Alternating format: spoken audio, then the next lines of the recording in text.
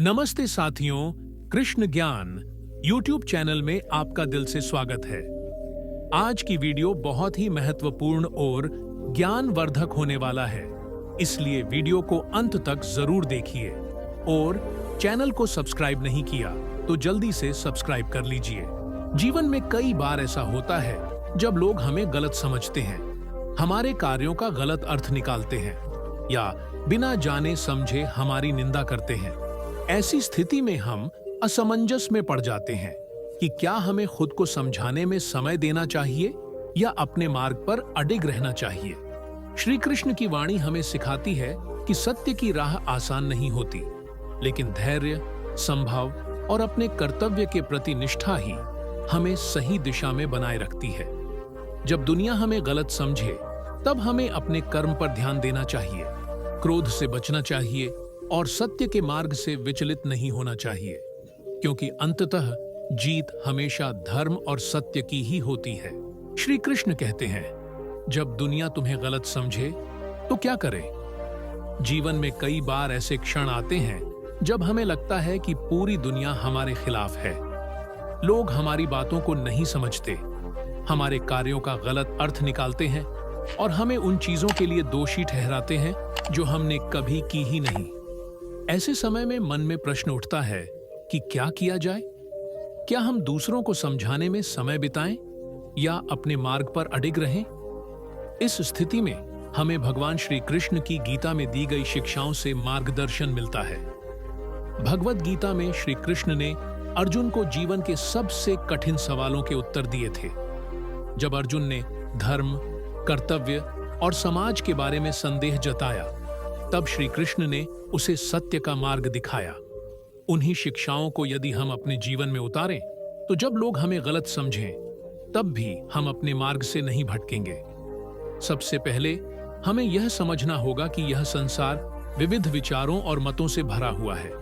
हर व्यक्ति की अपनी समझ होती है, अपनी सोच होती है और अपनी प्राथमिकताएं होती हैं। जब कोई हमें गलत समझता है, तो इसका यह अर्थ नहीं कि हम वास्तव में गलत हैं, बल्कि यह संभव है कि उनकी समझने की क्षमता सीमित हो या फिर वे अपनी धारणाओं के कारण सत्य को स्वीकार न कर पा रहे हों। ऐसे में श्री कृष्ण हमें धैर्य और संयम रखने की सलाह देते हैं।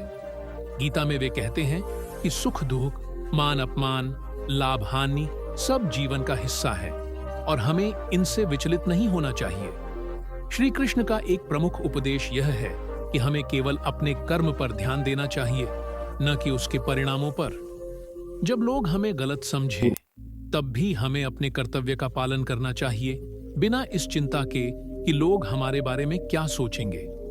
अर्जुन जब युद्ध भूमि में खड़ा था, तो वह यह सोचकर विचलित हो गया था कि लोग उसे अपने ही भाई बंधुओं के खिलाफ लड़ने वाला समझेंगे। तब श्री कृष्ण ने उसे समझाया कि वह अपने धर्म और कर्तव्य के अनुसार कार्य करे, न कि समाज की धारणाओं से प्रभावित हो। समाज की मान्यताएं समय समय पर बदलती रहती हैं।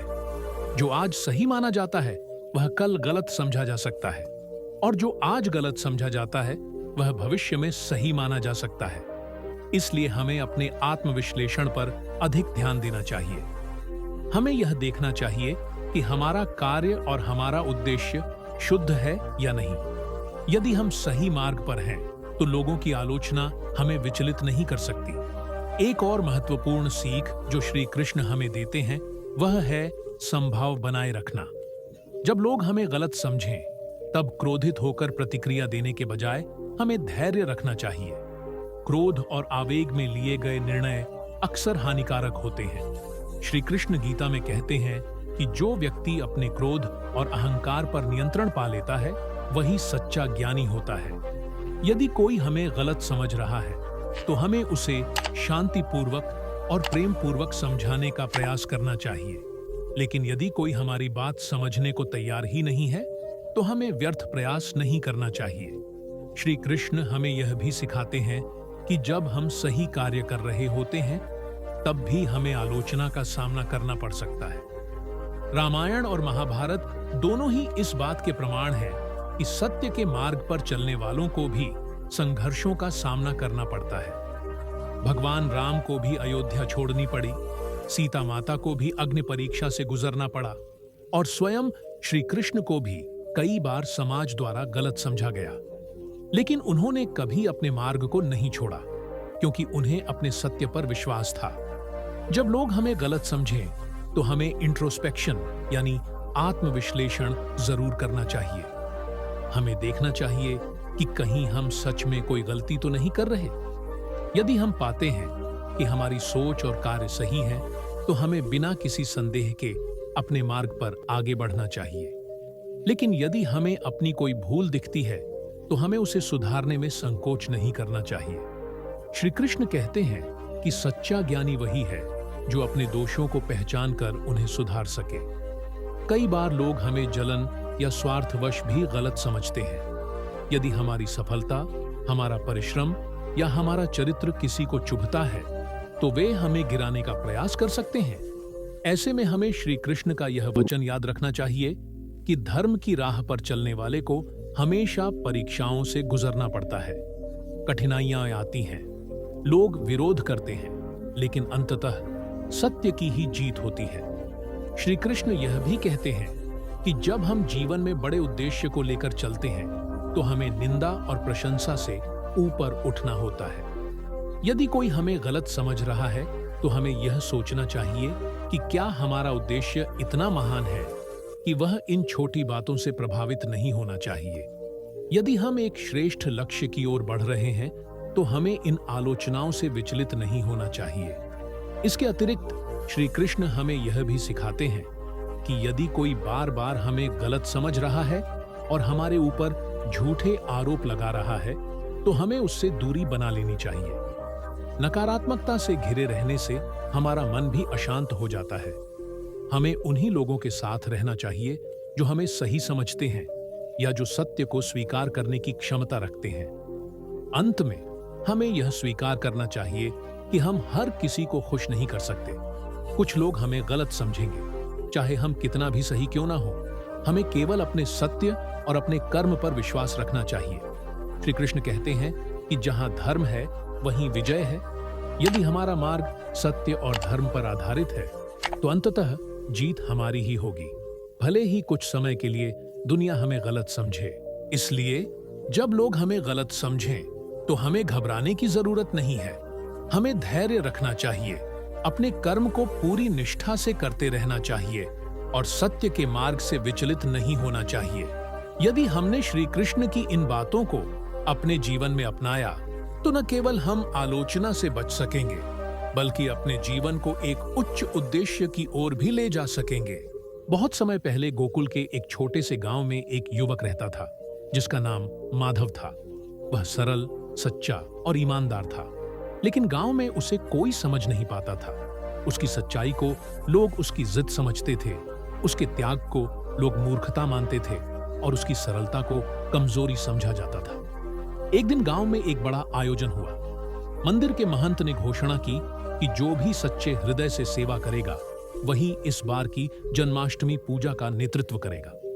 माधव ने सोचा कि यह अवसर अच्छा है, क्योंकि वह बचपन से ही भगवान श्री कृष्ण का भक्त था और हमेशा उनकी शिक्षाओं को अपने जीवन में उतारने का प्रयास करता था। माधव सुबह से मंदिर की सफाई करने में जुट गया। उसने बिना किसी स्वार्थ के प्रेम से मंदिर के हर कोने को साफ किया। लेकिन कुछ लोग जो मंदिर के मुख्य पदों पर आसीन थे, उसे पसंद नहीं करते थे। वे नहीं चाहते थे कि माधव को यह सम्मान मिले। उनमें से एक रघु गांव का सबसे प्रभावशाली व्यक्ति था। वह चाहता था कि उसका अपना बेटा यह पूजा करे।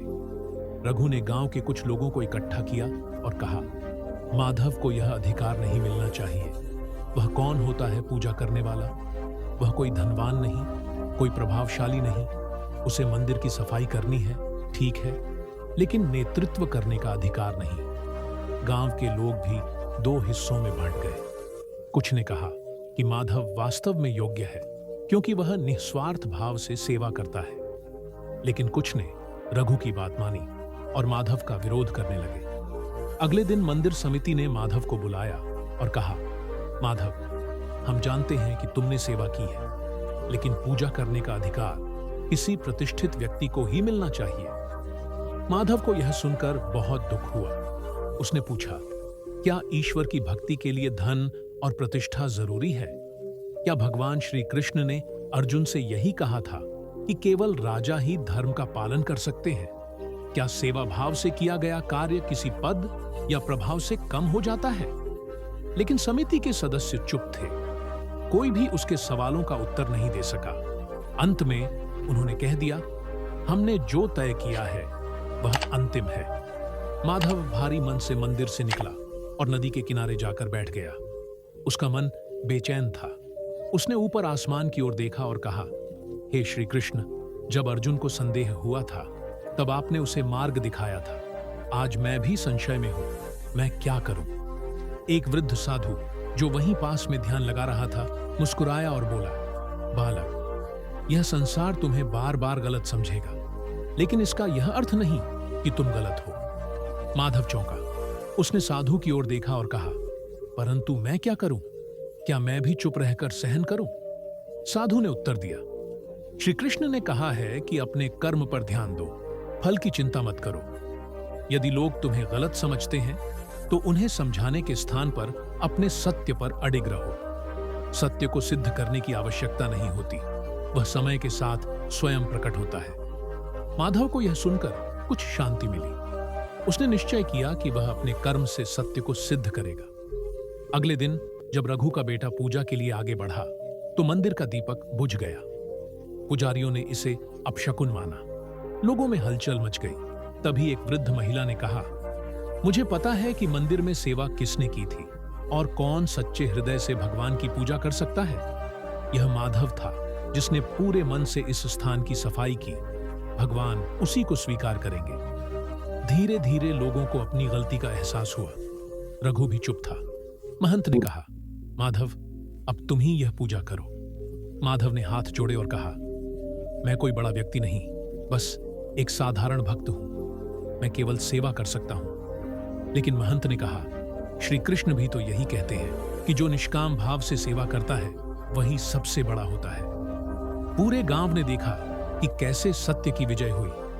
माधव ने पूजा की और पूरे प्रेम और भक्ति से भगवान श्री कृष्ण को अर्पण किया। जब पूजा समाप्त हुई तो मंदिर में रोशनी फैल गई और दीपक फिर से जल उठा। लोग इसे श्री कृष्ण का आशीर्वाद मानकर झुक गए। रघु भी आगे आया और माधव से क्षमा मांगी। उसने कहा, मैंने तुम्हें गलत समझा था। मुझे लगा था कि केवल प्रभावशाली लोग ही योग्य होते हैं, लेकिन आज श्री कृष्ण ने मुझे सिखा दिया कि योग्यता सच्चे कर्म और भक्ति में होती है। माधव ने मुस्कुराकर कहा, हम सभी सीखते हैं और यही जीवन की सबसे बड़ी शिक्षा है। जब लोग हमें गलत समझते हैं तो हमें समय और कर्म के द्वारा सत्य को सिद्ध करना चाहिए, न कि व्यर्थ तर्क वितर्क में उलझना चाहिए। उस दिन से माधव गांव के लोगों के लिए प्रेरणा बन गया।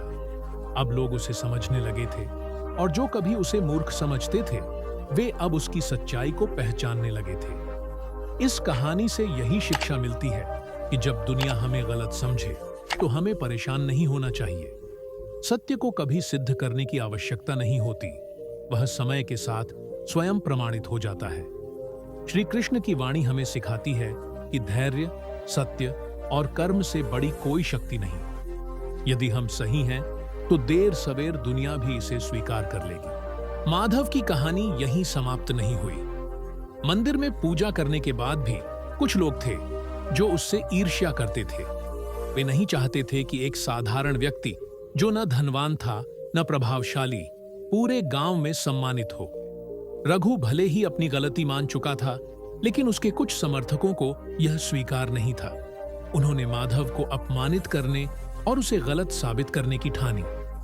एक दिन गांव में एक व्यापारी आया। उसने घोषणा की कि वह एक बड़ा अनुष्ठान करवाने जा रहा है जिसमें पूरे क्षेत्र के लोग शामिल होंगे। उसने यह भी कहा कि वह इस अनुष्ठान के लिए सबसे योग्य व्यक्ति को आमंत्रित करेगा जो ईमानदार और सच्चे हृदय से धर्म का पालन करता हो। यह सुनकर रघु के समर्थकों को एक योजना सूझी। उन्होंने व्यापारी से कहा कि माधव की परीक्षा ली जाए। व्यापारी ने सहमति जताई और अगले दिन गांव के चौपाल में एक बड़ी सभा बुलाई। जब सब लोग इकट्ठा हुए तो व्यापारी ने माधव को बुलाया और कहा, हमने सुना है कि तुम सच्चे भक्त हो। और तुम्हारे मन में छल नहीं है। क्या तुम यह साबित कर सकते हो? माधव ने सिर झुकाकर उत्तर दिया, सत्य को सिद्ध करने की आवश्यकता नहीं होती, वह अपने आप प्रमाणित हो जाता है। व्यापारी मुस्कुराया, लेकिन कुछ लोगों ने जोर दिया कि उसकी परीक्षा ली जाए। एक वृद्ध व्यक्ति आगे आया और बोला, अगर माधव सच्चा है तो वह अग्नि परीक्षा देने को तैयार होगा। यह सुनकर माधव चौंका। उसने पूछा, सत्य को परीक्षा की आवश्यकता क्यों है?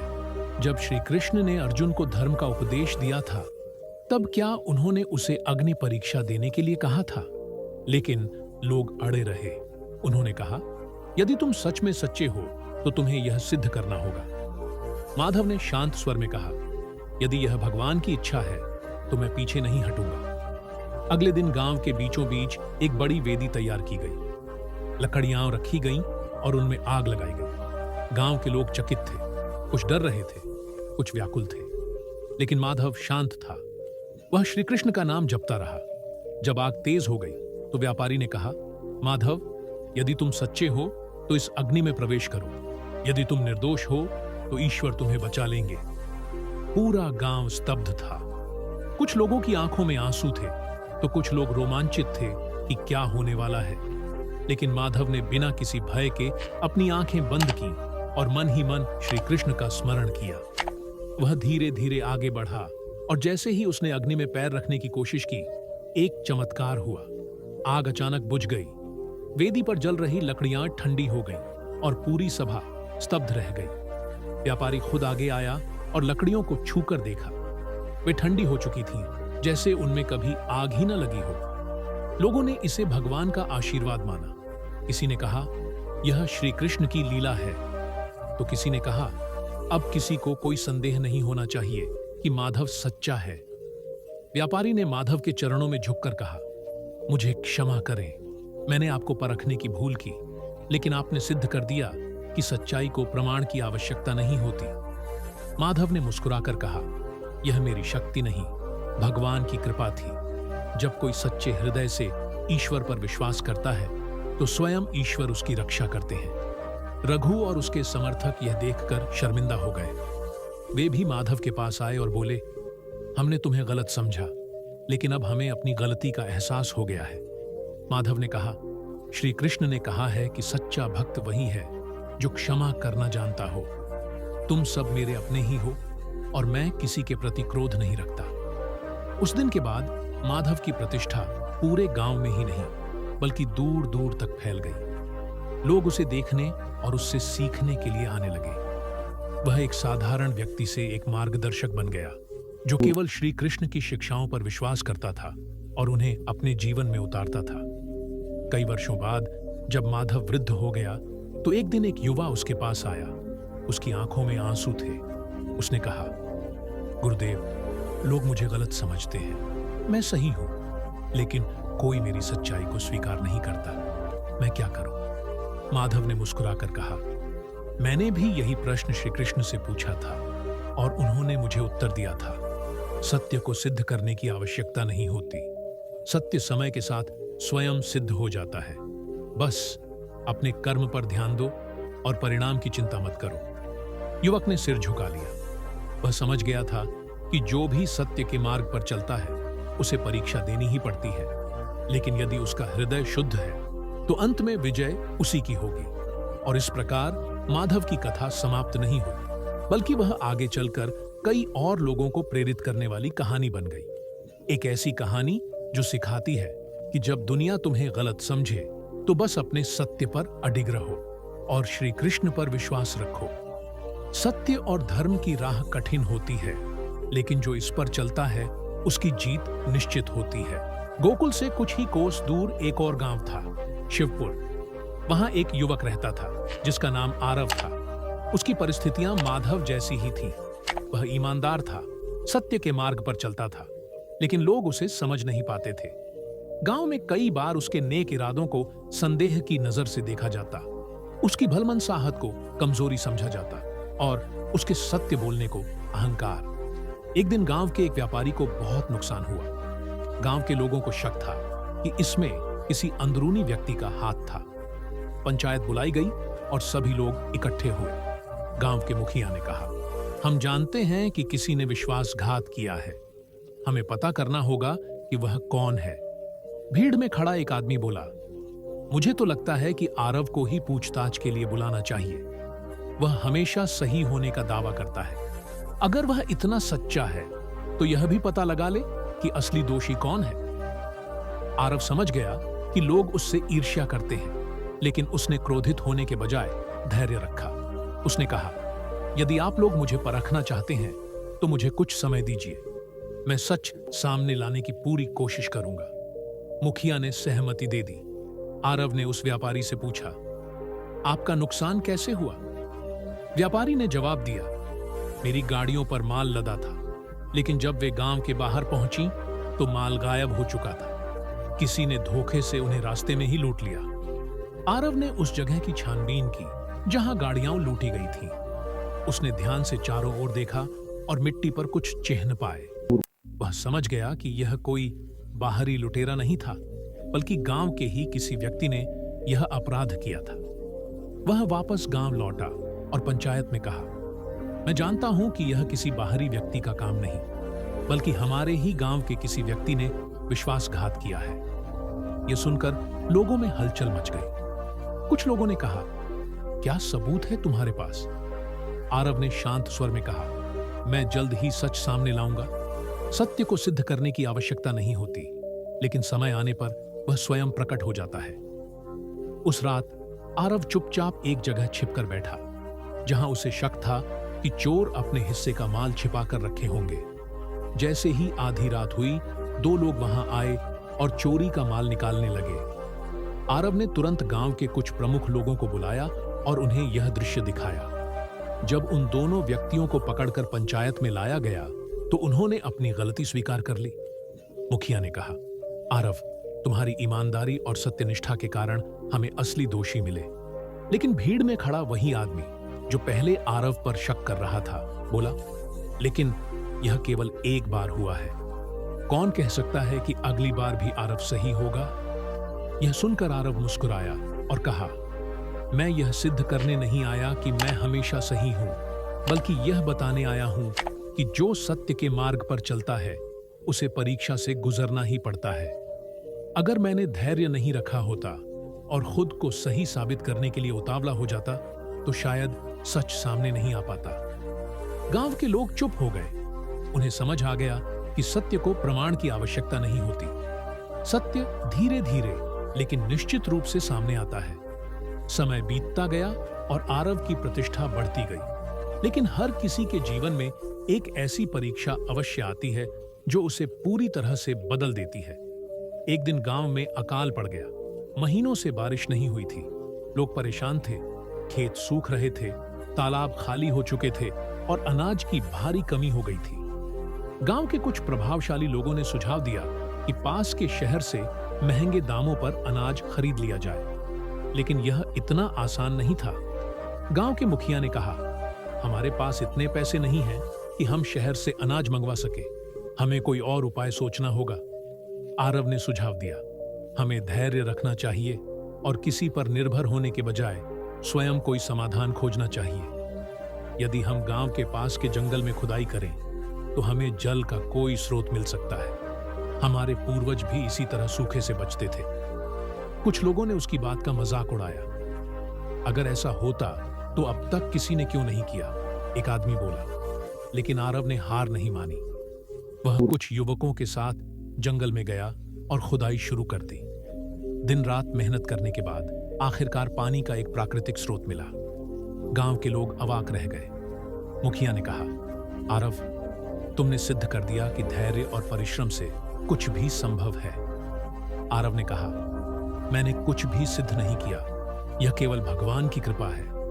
हमें बस अपने कर्तव्य पर ध्यान देना चाहिए, फल की चिंता नहीं करनी चाहिए। इस घटना के बाद आरव की प्रतिष्ठा और बढ़ गई, लेकिन कुछ लोग अब भी उससे जलते थे।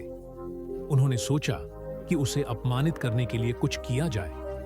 एक दिन गांव के कुछ लोगों ने मिलकर आरव पर झूठा आरोप लगा दिया कि उसने गांव के धन का गबन किया है। पंचायत बुलाई गई और उसे बुलाया गया। मुखिया ने कहा, आरव, तुम पर आरोप है कि तुमने गांव के धन का गबन किया है।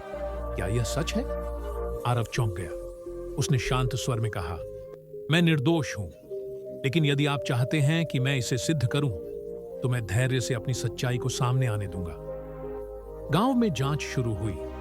धीरे धीरे सच्चाई सामने आई कि असली दोषी वही लोग थे जिन्होंने उस पर आरोप लगाया था। वे पकड़े गए और उन्होंने अपनी गलती स्वीकार कर ली। मुखिया ने कहा, आरव, हमें माफ कर दो, हमने तुम पर विश्वास नहीं किया। आरव ने मुस्कुराकर कहा, मुझे किसी से शिकायत नहीं।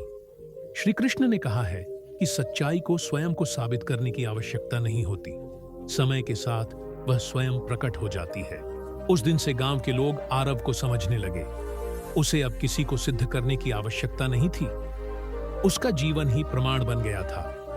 और वह कहानी, जो एक साधारण युवक की सच्चाई से शुरू हुई थी, एक प्रेरणा बन गई थी। श्री कृष्ण की वाणी हमें यही सिखाती है कि जब लोग हमें गलत समझें, तो हमें परेशान नहीं होना चाहिए। धैर्य और सच्चाई के साथ समय स्वयं हमारे पक्ष में न्याय करता है। जो सच्चाई पर चलता है, उसे परीक्षा से गुजरना ही पड़ता है, लेकिन अंत में विजय उसी की होती है। आरव अब गांव में सत्य और धैर्य का प्रतीक बन चुका था, लेकिन जीवन की परीक्षाएं कभी समाप्त नहीं होती। सत्य के मार्ग पर चलने वाला व्यक्ति जितना ऊंचा उठता है, उसकी परीक्षा भी उतनी ही कठिन होती जाती है। एक दिन गांव में एक नया संकट आया। गांव के पास की नदी, जो सदियों से गांव के जीवन का आधार थी, अचानक सूखने लगी। पहले पानी कम हुआ, फिर कुछ ही दिनों में वह लगभग पूरी तरह सूख गई। किसान चिंतित थे। पानी के बिना फसलें बर्बाद हो जाएंगी, मवेशी मरने लगेंगे और गांव का जीवन संकट में आ जाएगा। गांव के कुछ प्रभावशाली लोगों ने सुझाव दिया कि पास के राजा से सहायता मांगी जाए, लेकिन आरव ने कहा, हमें पहले स्वयं प्रयास करना चाहिए। जो खुद की मदद नहीं करता, उसकी कोई और मदद नहीं करता। लेकिन कुछ लोग आरव की इस बात से सहमत नहीं थे। उन्होंने कहा, आरव को लगता है कि उसे हर समस्या का हल पता है, लेकिन इस बार स्थिति अलग है। क्या वह नदी को फिर से बहा सकता है? आरव ने गांव के कुछ युवाओं को इकट्ठा किया और कहा, हमें नदी के स्रोत तक जाना होगा। यदि हम कारण का पता लगा लें, तो समाधान भी मिल जाएगा। गांव के कुछ लोग आरव के साथ चलने को तैयार हो गए। वे नदी के किनारे किनारे कई कोस दूर तक गए। अंत में उन्होंने देखा कि नदी के स्रोत पर एक विशाल चट्टान आकर गिर गई थी, जिससे पानी का बहाव रुक गया था। यह एक प्राकृतिक आपदा थी, लेकिन लोग इसे नहीं देख पाए थे, क्योंकि यह गांव से काफी दूर था। आरव ने कहा, हमें इस चट्टान को हटाना होगा। यदि हम सभी मिलकर प्रयास करें, तो हम इसे हटा सकते हैं। कुछ लोग हंसने लगे। यह असंभव है। यह चट्टान इतनी बड़ी है कि इसे हटाना हमारे बस की बात नहीं। लेकिन आरव को विश्वास था। उसने कहा, यदि हम सब मिलकर प्रयास करें, तो असंभव भी संभव हो सकता है। श्री कृष्ण ने गीता में कहा है कि कर्म करते रहो, फल की चिंता मत करो।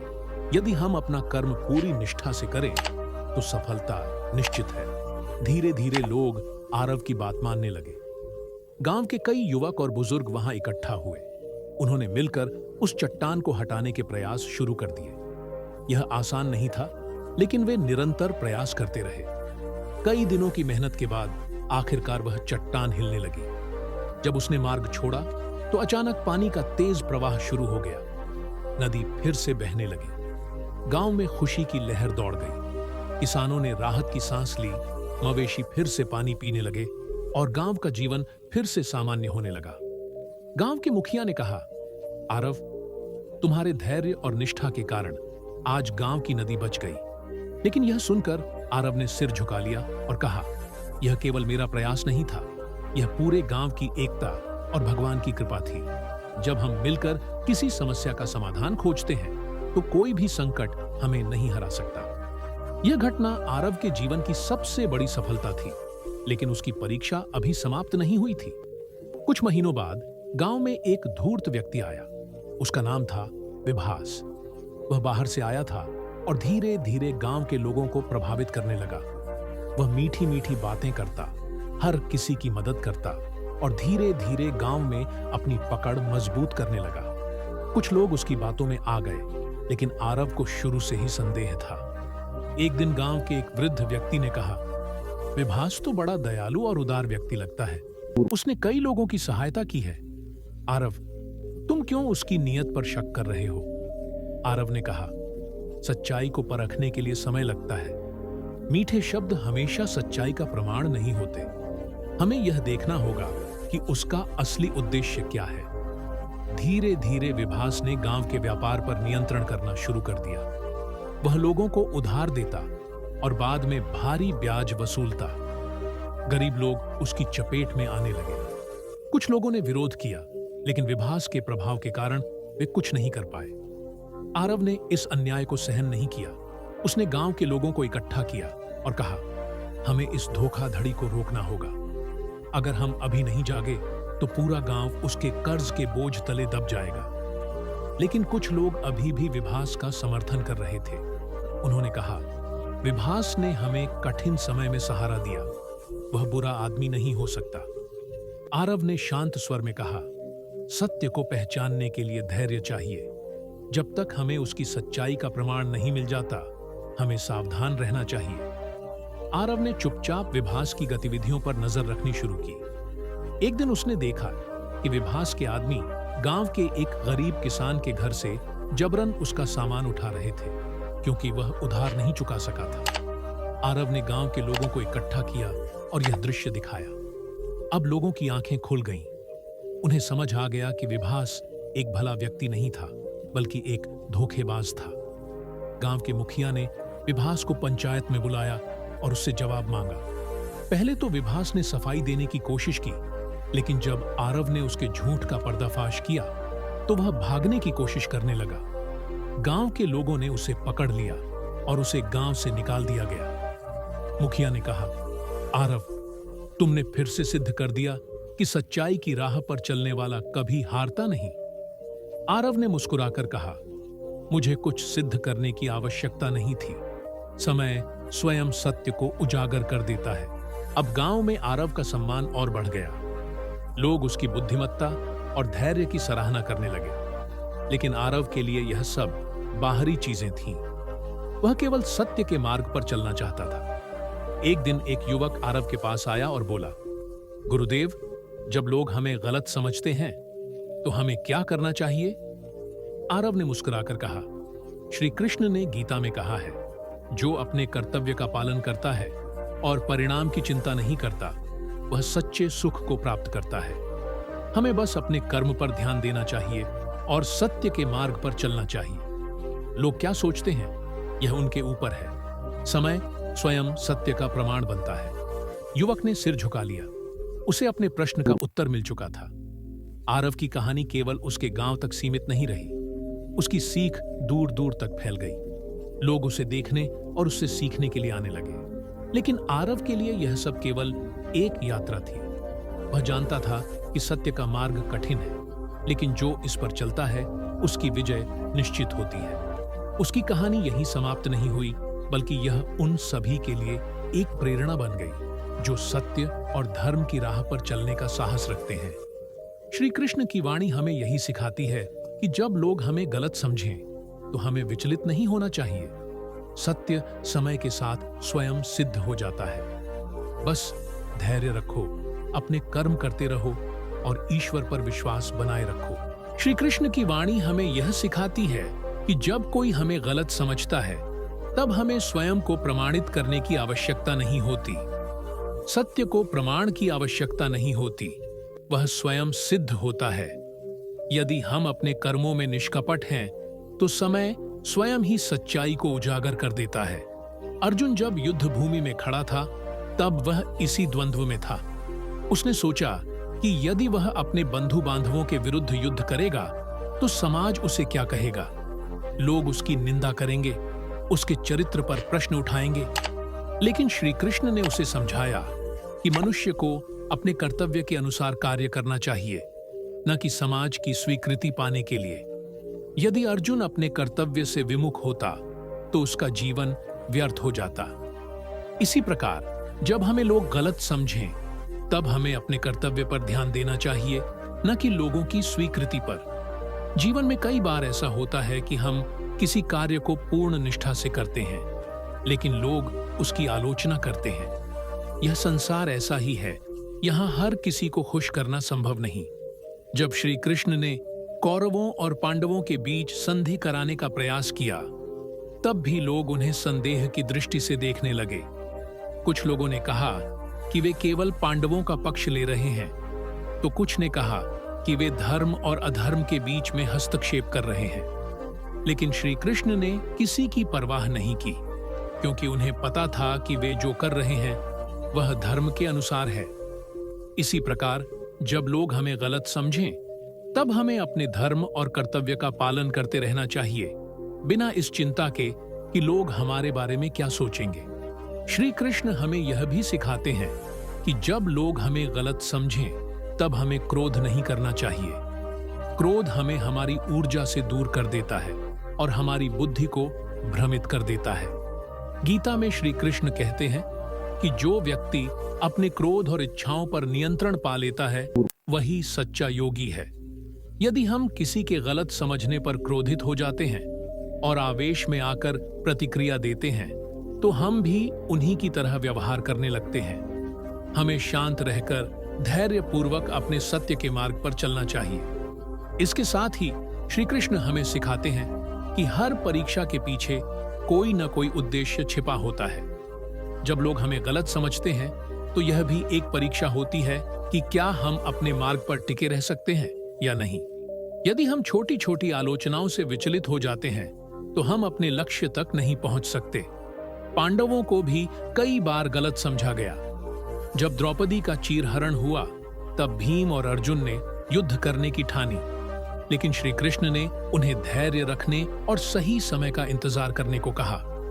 उन्होंने कहा कि जो सत्य के मार्ग पर चलता है, उसे धैर्य रखना होगा, क्योंकि समय आने पर सत्य की ही विजय होगी। श्री कृष्ण का जीवन स्वयं इस बात का उदाहरण है कि जब व्यक्ति सत्य के मार्ग पर चलता है, तो उसे अनेक कठिनाइयों का सामना करना पड़ता है। जब उन्होंने कंस का वध किया, तो कुछ लोगों ने उन्हें ही दोषी ठहराया। जब उन्होंने अर्जुन को गीता का उपदेश दिया, तो कुछ लोगों ने यह भी कहा कि वे युद्ध को उकसा रहे हैं, लेकिन उन्होंने कभी अपने मार्ग को नहीं छोड़ा। इसी प्रकार जब लोग हमें गलत समझें, तो हमें विचलित नहीं होना चाहिए। श्री कृष्ण का एक और महत्वपूर्ण उपदेश यह है कि जो लोग हमें गलत समझते हैं, वे हमारे कर्मों से अधिक प्रभावित होते हैं, न कि हमारी बातों से। यदि कोई हमें गलत समझता है, तो उसे शब्दों से समझाने की बजाय अपने कर्मों से उत्तर देना चाहिए। यदि हम अपने आचरण में ईमानदार और सत्यनिष्ठ हैं, तो लोग धीरे धीरे हमारी सच्चाई को स्वीकार करने लगते हैं। लेकिन यदि हम हर बार अपने को सही सिद्ध करने का प्रयास करेंगे, तो हम केवल अपना समय और ऊर्जा नष्ट करेंगे। श्री कृष्ण हमें यह भी सिखाते हैं कि हमें अपनी आत्मा की आवाज को सुनना चाहिए। जब अर्जुन युद्ध करने से हिचकिचाने लगा, तो श्री कृष्ण ने उसे उसके आत्मिक कर्तव्य की याद दिलाई। उन्होंने कहा कि सच्चा योद्धा वही होता है जो अपने कर्तव्य को पूरी निष्ठा से निभाता है, चाहे लोग उसे कुछ भी समझें। इसी प्रकार जब लोग हमें गलत समझते हैं, तब हमें अपने भीतर झांककर यह देखना चाहिए कि क्या हम सही मार्ग पर हैं या नहीं। यदि हमारा अंतर्मन कहता है कि हम सही हैं, तो हमें किसी की परवाह किए बिना अपने लक्ष्य की ओर बढ़ते रहना चाहिए। श्री कृष्ण की यह शिक्षा भी बहुत महत्वपूर्ण है कि हमें निंदा और प्रशंसा दोनों से ऊपर उठना चाहिए। जब अर्जुन ने पूछा कि वह किस प्रकार स्थिर बुद्धि बन सकता है, तो श्री कृष्ण ने कहा कि जो व्यक्ति निंदा और प्रशंसा दोनों को समान रूप से स्वीकार करता है, वही सच्चा योगी होता है। यदि कोई हमारी प्रशंसा करे और हम बहुत खुश हो जाए, और कोई हमारी आलोचना करे और हम दुखी हो जाए, तो इसका अर्थ है कि हम अपने आत्मिक संतुलन में नहीं हैं। हमें अपने आत्मबल को इतना मजबूत करना चाहिए कि लोग कुछ भी कहें, हमारा मन विचलित न हो। इसके अतिरिक्त श्री कृष्ण हमें यह भी सिखाते हैं कि जब लोग हमें गलत समझते हैं, तब हमें विनम्रता नहीं छोड़नी चाहिए। कई बार ऐसा होता है कि जब कोई हमें बार बार गलत समझता है, तो हम भी कठोर हो जाते हैं और उनसे कटुता से बात करने लगते हैं। लेकिन श्री कृष्ण कहते हैं कि जो व्यक्ति विनम्र और सहनशील होता है, वही सच्चे अर्थों में महान होता है। यदि कोई हमें बार बार गलत समझ रहा है तो हमें उसे प्रेम पूर्वक समझाने का प्रयास करना चाहिए, और यदि वह फिर भी नहीं समझता तो हमें उसे समय पर छोड़ देना चाहिए। श्री कृष्ण की गीता में एक और महत्वपूर्ण संदेश है कि जब हम अपने कर्म में ईमानदार होते हैं तो ब्रह्मांड स्वयं हमारी सहायता करता है। यदि कोई हमें गलत समझ रहा है लेकिन हम सत्य के मार्ग पर अडिग हैं, तो हमें चिंता करने की कोई आवश्यकता नहीं है। समय स्वयं हमारी सच्चाई को प्रकट करेगा। जब दुर्योधन और शकुनी ने पांडवों के विरुद्ध षड्यंत्र किए, तब भी श्री कृष्ण ने पांडवों से कहा कि वे केवल अपने धर्म और कर्तव्य का पालन करें। उन्होंने कहा कि जब व्यक्ति धर्म के मार्ग पर चलता है तो प्रकृति स्वयं उसकी रक्षा करती है। अंत में श्री कृष्ण हमें यह भी सिखाते हैं कि जब लोग हमें गलत समझें, तब हमें अपने मन को शांत रखना चाहिए और अपने लक्ष्य की ओर बढ़ते रहना चाहिए। जब अर्जुन युद्ध भूमि में कमजोर पड़ने लगा, तब श्री कृष्ण ने उसे यह याद दिलाया कि वह केवल एक योद्धा नहीं बल्कि एक साधक भी है। उसे केवल शारीरिक रूप से ही नहीं बल्कि मानसिक रूप से भी मजबूत बनना होगा। इसी प्रकार जब लोग हमें गलत समझते हैं, तब हमें मानसिक रूप से मजबूत बनना चाहिए और अपने सत्य को कभी नहीं छोड़ना चाहिए। इसीलिए जब लोग हमें गलत समझें, तब हमें श्री कृष्ण के इन उपदेशों को याद रखना चाहिए। हमें धैर्य रखना चाहिए, अपने कर्म में ईमानदार रहना चाहिए और सत्य के मार्ग पर बिना रुके आगे बढ़ना चाहिए। समय भले ही कठिनाइयां लाए, लेकिन यदि हम श्री कृष्ण की शिक्षाओं का पालन करेंगे तो अंततः सत्य की ही जीत होगी। श्री कृष्ण हमें यह सिखाते हैं कि संसार में हर किसी का एक अलग दृष्टिकोण होता है। जब कोई हमें गलत समझता है तो यह उनकी सोच पर निर्भर करता है, न कि हमारी सच्चाई पर। यदि हम अपनी आत्मा की आवाज को सुनते हैं और सत्य के मार्ग पर चलते हैं, तो हमें किसी की स्वीकृति की आवश्यकता नहीं होती। श्री कृष्ण ने अर्जुन को यही सिखाया था कि कर्म करते रहो और फल की चिंता मत करो। अगर हम अपने कर्म में निष्ठावान हैं, तो समाज की राय से प्रभावित होने की कोई आवश्यकता नहीं। जब हम अपने जीवन में आगे बढ़ते हैं, तो कई बार हमें लोगों के गलत फहमियों और संदेहों का सामना करना पड़ता है। कोई भी व्यक्ति संपूर्ण रूप से सबको संतुष्ट नहीं कर सकता। श्री कृष्ण का जीवन इस बात का सबसे बड़ा उदाहरण है। जब उन्होंने धर्म की रक्षा के लिए कंस का वध किया, तब कुछ लोगों ने उन्हें अत्याचारी कहा। जब उन्होंने महाभारत के युद्ध में अर्जुन को प्रेरित किया, तब भी कुछ लोगों ने कहा कि वह हिंसा को बढ़ावा दे रहे हैं। लेकिन श्री कृष्ण ने कभी अपनी राह नहीं छोड़ी, क्योंकि उन्हें पता था कि वे सत्य के पक्ष में हैं। हमें यह समझना होगा कि संसार में सभी लोग अपने अनुभवों और धारणाओं के अनुसार सोचते हैं। कई बार लोग बिना समझे ही निष्कर्ष निकाल लेते हैं और दूसरों को गलत ठहराने लगते हैं। ऐसे समय में हमें धैर्य रखना चाहिए। यदि हम सत्य के मार्ग पर हैं, तो हमें किसी की आलोचना से घबराने की जरूरत नहीं। श्री कृष्ण हमें यह सिखाते हैं कि जो व्यक्ति निंदा और प्रशंसा दोनों से ऊपर उठ जाता है, वही सच्चे आनंद को प्राप्त कर सकता है। जब किसी को गलत समझा जाता है, तो मन में पीड़ा होना स्वाभाविक है। लेकिन श्री कृष्ण कहते हैं कि जो व्यक्ति आत्मज्ञान को प्राप्त कर लेता है, वह किसी भी प्रकार की बाहरी परिस्थितियों से प्रभावित नहीं होता। आत्मज्ञानी व्यक्ति जानता है कि संसार की मान्यता और निंदा केवल अस्थायी है। जो आज आपकी प्रशंसा कर रहे हैं, वे कल आपकी आलोचना भी कर सकते हैं। इसीलिए हमें अपनी आंतरिक शांति को बनाए रखना चाहिए और केवल अपने कर्तव्य पर ध्यान देना चाहिए। भगवत गीता में श्री कृष्ण अर्जुन को बताते हैं कि मोह और भय से मुक्त होकर कर्म करना ही सच्ची साधना है। जब हम लोगों की धारणाओं से प्रभावित होकर अपने मार्ग से भटकने लगते हैं, तो हम अपने लक्ष्य से दूर चले जाते हैं। लेकिन यदि हम अपनी आत्मा की आवाज सुने और अपने सच्चे उद्देश्य को पहचाने, तो संसार की कोई भी शक्ति हमें विचलित नहीं कर सकती। यदि हम इतिहास को देखें, तो पाएंगे कि जितने भी महान व्यक्तित्व हुए हैं, उन्हें समाज ने कभी न कभी गलत समझा है।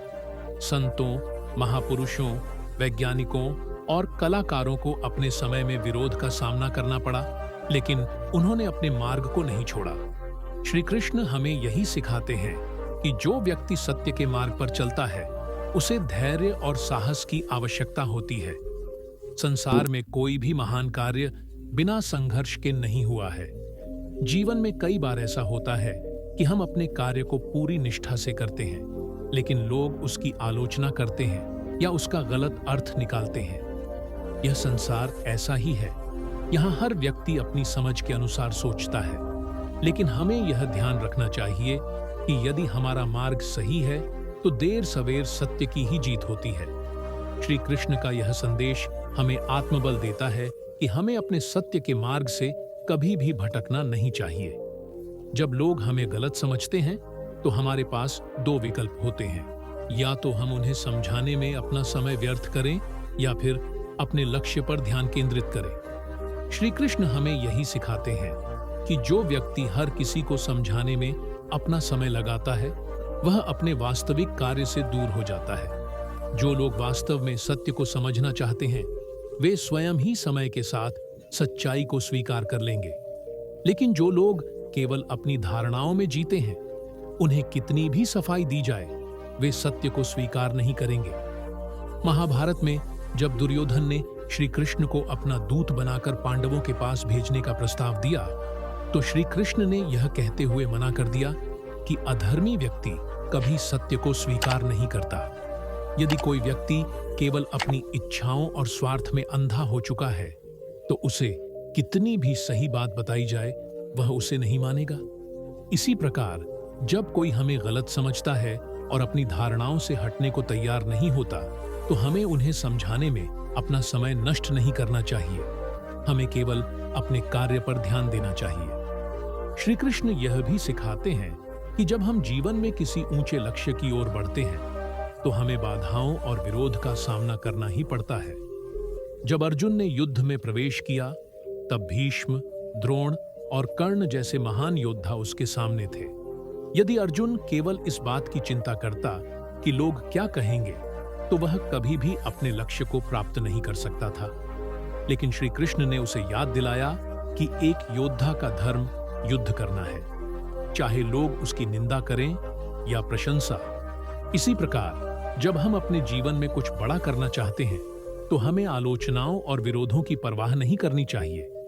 जब कोई हमें गलत समझता है तो हमें यह सोचना चाहिए कि क्या हमारी आत्मा हमें सही बता रही है, क्या हमारा हृदय शांत है।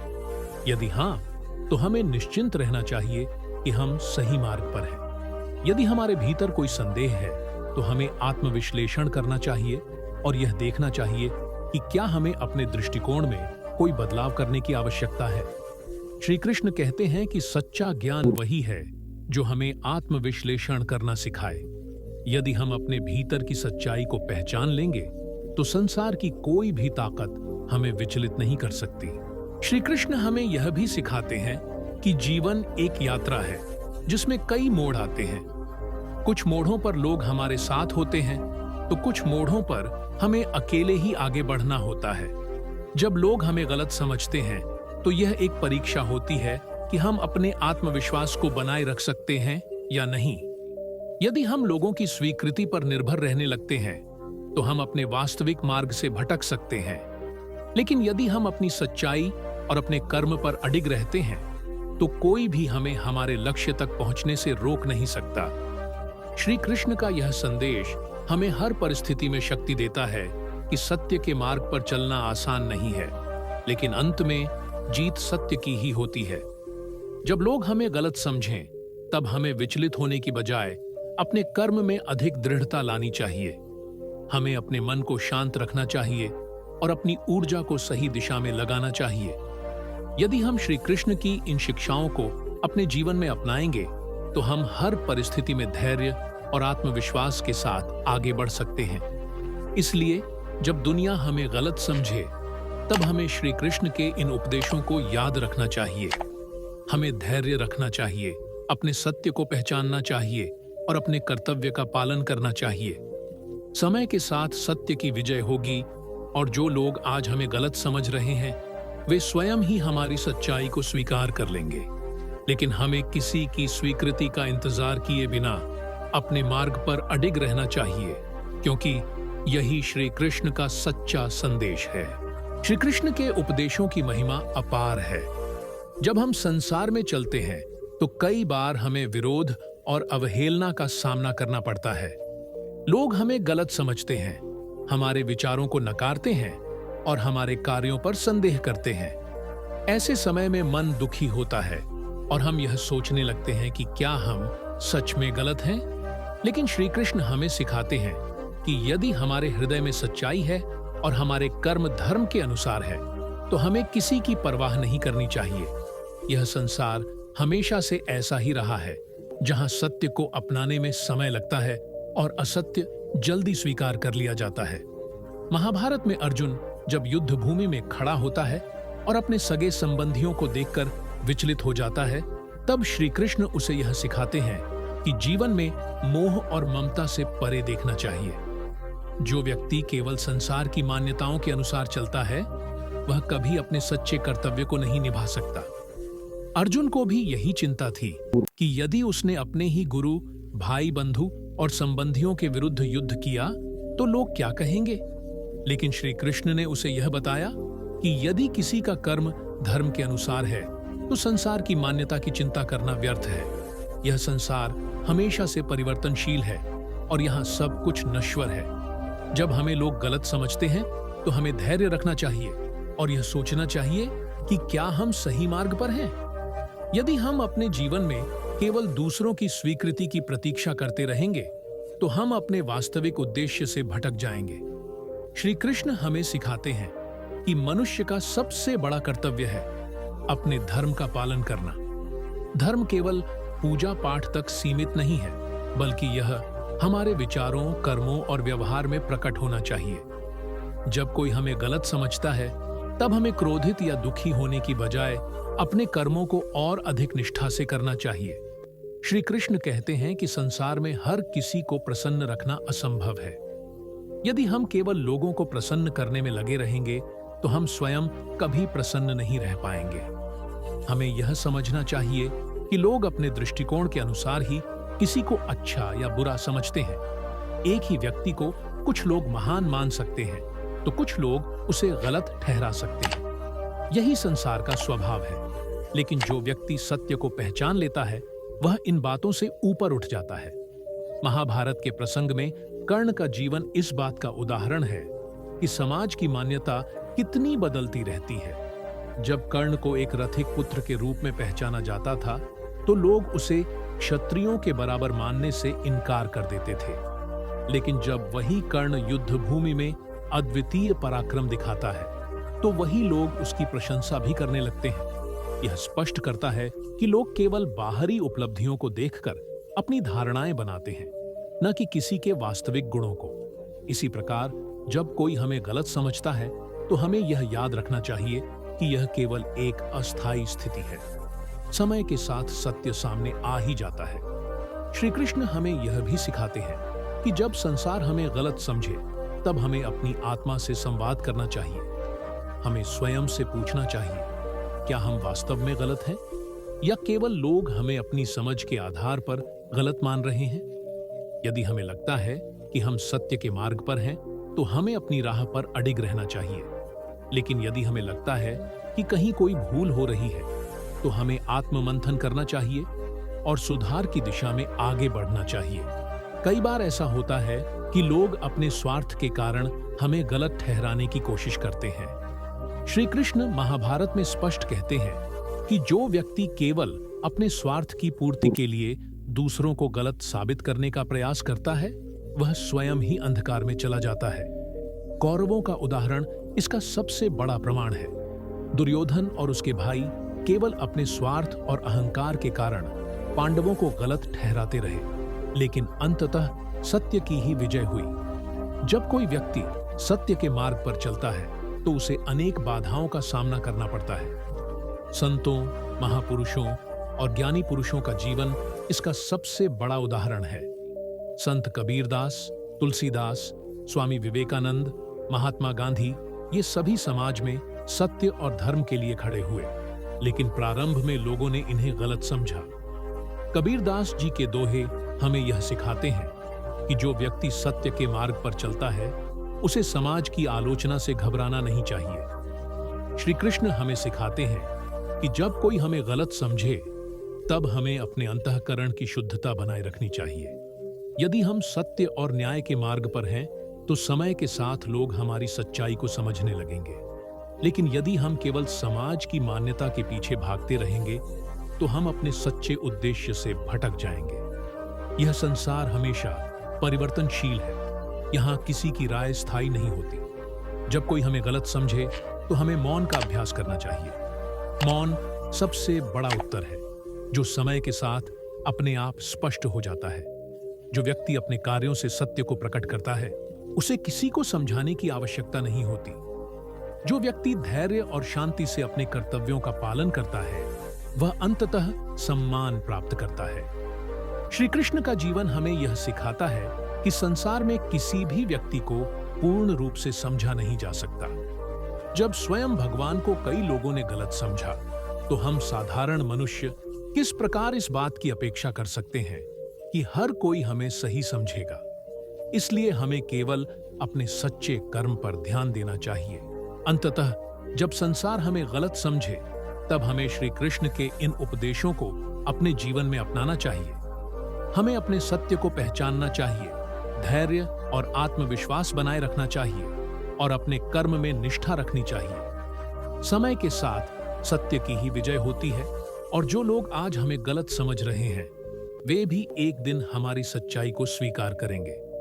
लेकिन हमें किसी की स्वीकृति की प्रतीक्षा किए बिना अपने मार्ग पर अडिग रहना चाहिए, क्योंकि यही श्री कृष्ण का सच्चा संदेश है। श्री कृष्ण का उपदेश हमें यह सिखाता है कि संसार में किसी भी व्यक्ति को पूर्ण रूप से समझ पाना असंभव है, क्योंकि हर व्यक्ति की सोच, अनुभव और दृष्टिकोण अलग होता है। जब कोई हमें गलत समझता है तो यह आवश्यक नहीं कि हम वास्तव में गलत हैं, बल्कि यह केवल दर्शाता है कि सामने वाला व्यक्ति हमें अपनी सीमित सोच और पूर्वाग्रहों के आधार पर देख रहा है। इस स्थिति में हमें व्यर्थ की चिंता करने के बजाय अपने सत्य और धर्म के मार्ग पर अडिग रहना चाहिए, क्योंकि अंततः सत्य की ही जीत होती है। महाभारत में अर्जुन के मन में मोह उत्पन्न हो गया था जब उसने सोचा कि उसे अपने ही परिवार के लोगों के विरुद्ध युद्ध करना होगा। उसे यह भय था कि लोग उसे अधर्मी कहेंगे और वह उनके अपमान का पात्र बनेगा। लेकिन श्री कृष्ण ने उसे समझाया कि यदि वह अपने धर्म से विमुख होता है तो वास्तव में वही अधर्म होगा। इसी प्रकार जब संसार हमें गलत समझे तो हमें यह देखना चाहिए कि क्या हम अपने धर्म और सत्य के मार्ग पर हैं। यदि हाँ, तो हमें किसी भी प्रकार की आलोचना से भयभीत नहीं होना चाहिए। हमें यह समझना चाहिए कि लोग अपने दृष्टिकोण और स्वार्थ के अनुसार सत्य को तोड़ मरोड़ कर देखते हैं और इसलिए वे हमें गलत भी समझ सकते हैं। इतिहास साक्षी है कि कई महापुरुषों को उनके समय में गलत समझा गया। भगवान राम को वनवास मिला, सीता माता को अग्नि परीक्षा देनी पड़ी, संत कबीर और महात्मा गांधी जैसे लोगों को समाज के विरोध का सामना करना पड़ा, लेकिन उन्होंने कभी सत्य का मार्ग नहीं छोड़ा और अंततः समय ने सिद्ध किया कि वे सही थे। यही कारण है कि हमें भी किसी की आलोचना से प्रभावित हुए बिना अपने कर्तव्यों का पालन करना चाहिए। सत्य की पहचान अंततः समय स्वयं कराता है। श्री कृष्ण हमें यह भी सिखाते हैं कि यदि कोई व्यक्ति केवल संसार की मान्यता की चिंता करता है तो वह कभी अपने वास्तविक उद्देश्य की पूर्ति नहीं कर सकता। यदि अर्जुन केवल इस डर से युद्ध से पीछे हट जाता कि लोग उसे क्या कहेंगे, तो अधर्म की विजय हो जाती। इसी प्रकार जब हमें कोई गलत समझता है तो हमें केवल यह देखना चाहिए कि क्या हम सही मार्ग पर हैं। यदि हाँ, तो हमें किसी की आलोचना की चिंता किए बिना आगे बढ़ना चाहिए। कई बार लोग अपने स्वार्थ और अहंकार के कारण हमें गलत साबित करने की कोशिश करते हैं। महाभारत में दुर्योधन ने सदैव पांडवों को नीचा दिखाने का प्रयास किया, क्योंकि वह जानता था कि यदि पांडवों का धर्म जीत गया तो उसका अधर्म टिक नहीं पाएगा। इसी प्रकार जब कोई हमें गलत समझता है तो यह जरूरी नहीं कि हम सच में गलत हैं। कई बार लोग अपनी ईर्ष्या, अहंकार और स्वार्थ के कारण हमें दोषी ठहराने का प्रयास करते हैं, लेकिन हमें इन चीजों की परवाह नहीं करनी चाहिए, क्योंकि सत्य की शक्ति सबसे महान होती है। जब कोई व्यक्ति सच्चाई के मार्ग पर चलता है तो उसे कई बार अकेले चलना पड़ता है। यह संसार ऐसा ही है कि लोग उसी की सराहना करते हैं जो उनके स्वार्थ के अनुकूल होता है, लेकिन जो व्यक्ति सत्य और धर्म के लिए खड़ा होता है उसे आलोचना, तिरस्कार और अपमान सहना पड़ता है। लेकिन श्री कृष्ण हमें सिखाते हैं कि जो व्यक्ति इन कठिनाइयों को सहन करके भी सत्य के मार्ग पर चलता रहता है वही अंततः विजयी होता है। भगवान श्री कृष्ण ने गीता में कहा है कि मनुष्य को अपने कर्म पर ध्यान देना चाहिए, न कि उसके परिणाम की चिंता करनी चाहिए। जब हम अपने कार्य को पूरी निष्ठा से करते हैं तो समय के साथ उसका परिणाम भी सही ही होता है। यदि लोग हमें गलत समझ रहे हैं तो हमें यह चिंता नहीं करनी चाहिए कि वे कब और कैसे हमें समझेंगे। हमें केवल अपने कर्म को ठीक से निभाना चाहिए, क्योंकि सत्य की पहचान अंततः स्वयं हो जाती है। महापुरुषों का जीवन इसका सबसे बड़ा उदाहरण है। संत कबीरदास को उनके समय में लोगों ने बहुत गलत समझा। वे जो कहते थे लोग उसे अपनी सुविधा के अनुसार तोड़ मरोड़ कर देखते थे, लेकिन उन्होंने कभी अपने सत्य को नहीं छोड़ा और अपने मार्ग पर चलते रहे। आज समय ने यह सिद्ध कर दिया है कि उनके विचार कितने महान थे। इसी प्रकार जब कोई हमें गलत समझे तो हमें हताश नहीं होना चाहिए, बल्कि अपनी सच्चाई पर विश्वास रखना चाहिए। श्री कृष्ण हमें यह भी सिखाते हैं कि जीवन में धैर्य बहुत आवश्यक है। यदि हम किसी के विचारों या आलोचनाओं से तुरंत विचलित हो जाते हैं तो हम अपने मार्ग से भटक सकते हैं। हमें यह समझना चाहिए कि जब तक हम सत्य के मार्ग पर हैं, तब तक हमें चिंता करने की आवश्यकता नहीं है। हमें अपने कार्यों को और अधिक निष्ठा से करना चाहिए, क्योंकि समय के साथ सत्य स्वयं सिद्ध हो जाता है। महाभारत में भी कई पात्र ऐसे थे जिन्हें शुरू में गलत समझा गया, लेकिन समय ने यह दिखाया कि वे सही थे। विदुर को कौरवों ने हमेशा एक तुच्छ मंत्री के रूप में देखा, लेकिन अंततः उसकी नीतियों और सत्यवादिता को सभी ने स्वीकार किया। इसी प्रकार जब कोई हमें गलत समझता है तो हमें धैर्य रखना चाहिए और यह विश्वास रखना चाहिए कि समय के साथ हमारी सच्चाई अवश्य प्रकट होगी। जब हम अपने जीवन में आगे बढ़ते हैं तो हमें कई बार कठिन निर्णय लेने पड़ते हैं। लोग हमें समझते हैं या नहीं, इससे अधिक महत्वपूर्ण यह है कि हम स्वयं को कितना समझते हैं। यदि हम अपने मन में यह जानते हैं कि हम सही हैं, तो हमें किसी की आलोचना या नकारात्मकता से घबराने की आवश्यकता नहीं है। श्री कृष्ण हमें यह भी सिखाते हैं कि संसार में हर किसी को प्रसन्न रखना असंभव है। यदि हम हर समय इस चिंता में लगे रहेंगे कि लोग हमारे बारे में क्या सोचते हैं, तो हम कभी अपने जीवन का आनंद नहीं ले पाएंगे।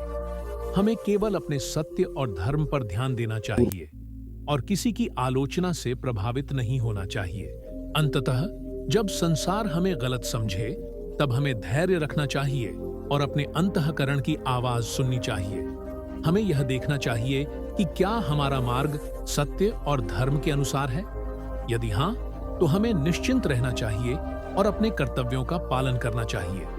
हमें किसी की आलोचना से घबराना नहीं चाहिए, बल्कि अपने कर्मों में और अधिक निष्ठा रखनी चाहिए। समय के साथ सत्य की ही विजय होती है। जो लोग आज हमें गलत समझ रहे हैं, वे भी एक दिन हमारी सच्चाई को स्वीकार करेंगे, लेकिन हमें किसी की स्वीकृति की प्रतीक्षा किए बिना अपने मार्ग पर अडिग रहना चाहिए, क्योंकि यही श्री कृष्ण का सच्चा संदेश है। यदि हम अपने सत्य के मार्ग पर अडिग रहते हैं तो संसार चाहे जो भी कहे, अंततः विजय हमारी ही होगी। सत्य के मार्ग पर चलना कठिन अवश्य होता है, लेकिन यही मार्ग हमें वास्तविक आनंद और शांति प्रदान करता है। यही गीता का सार है और यही जीवन का सबसे बड़ा सत्य है।